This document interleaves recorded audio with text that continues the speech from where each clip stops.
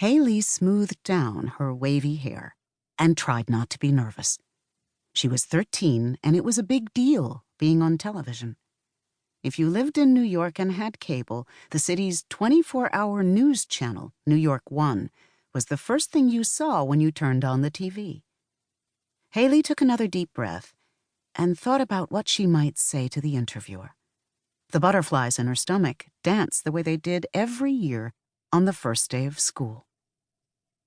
It was a Wednesday in July 2016, and the humidity was so high that her hair, which she'd combed into a half-up, half-down style, had turned into a sort of billowing afro in the back.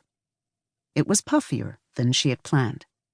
Haley told herself that was okay, because no one could see the back, right? She sat perched on the edge of the brown leather sofa in the lobby of Pam's Place, a homeless shelter for single women in Long Island City, Queens, tugging at her khaki Girl Scouts vest to straighten it. Then the reporter, a friendly, brown-haired woman whose calm voice helped put Haley at ease, started asking her questions. The camera zoomed in and out on Haley's face. Although her 13-year-old body had grown into an adult one seemingly overnight, a fact that she hated because now men and boys stared at her and sometimes made rude remarks, her baby face was unchanged, and when she smiled, as she did now, it lit up, looking almost cherubic. Months earlier in November, her troop, the Girl Scouts of Sunnyside and Woodside, had served a Thanksgiving lunch to the women who lived at Pam's Place. Now Haley, her sisters Karina and Christina, and the rest of their troop, who were always doing community service, had returned to Pam's Place as part of Operation Cookie, a service project that allowed customers to buy the coveted cookies and donate to people whose spirits needed lifting, like veterans, military personnel, senior citizens, and people experiencing homelessness. The Scouts then delivered the cookies. A couple of reporters, including the one who was sitting across from her now, showed up to cover the event. The troop had picked Haley to represent them on camera that day. Her mother, Giselle, was a leader of the troop and worked as a community development specialist for the Girl Scouts of Greater New York.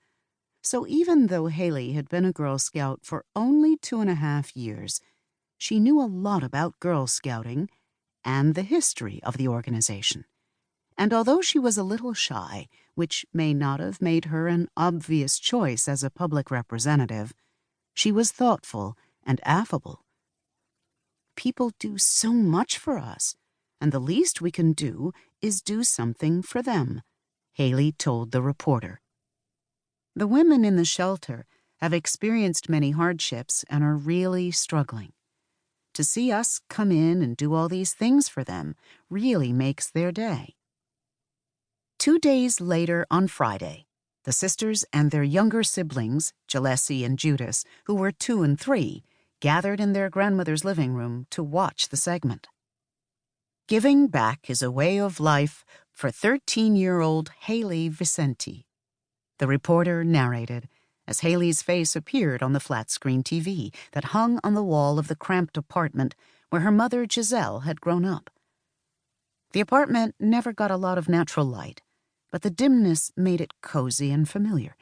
And on that day, with everyone piled into the living room, squeezing onto the worn faux leather couch, it felt especially homey. They were all there. Haley's mother, sisters, and brother, along with Evelyn and Manny, Giselle's mother and stepfather, and Mateo and Miranda, Giselle's half-brother and half-sister. And all were proud of Haley for speaking so eloquently about helping people who did not have homes of their own. The segment was called Queen's People of the Week, and for the 1 minute and 45 seconds that it played, Haley and her mother and siblings forgot about their secret. Few people outside the family knew about it, certainly not the girls' classmates, not even the Scouts who had helped them give out cookies at Pam's Place. The secret was that Haley and her family were homeless too.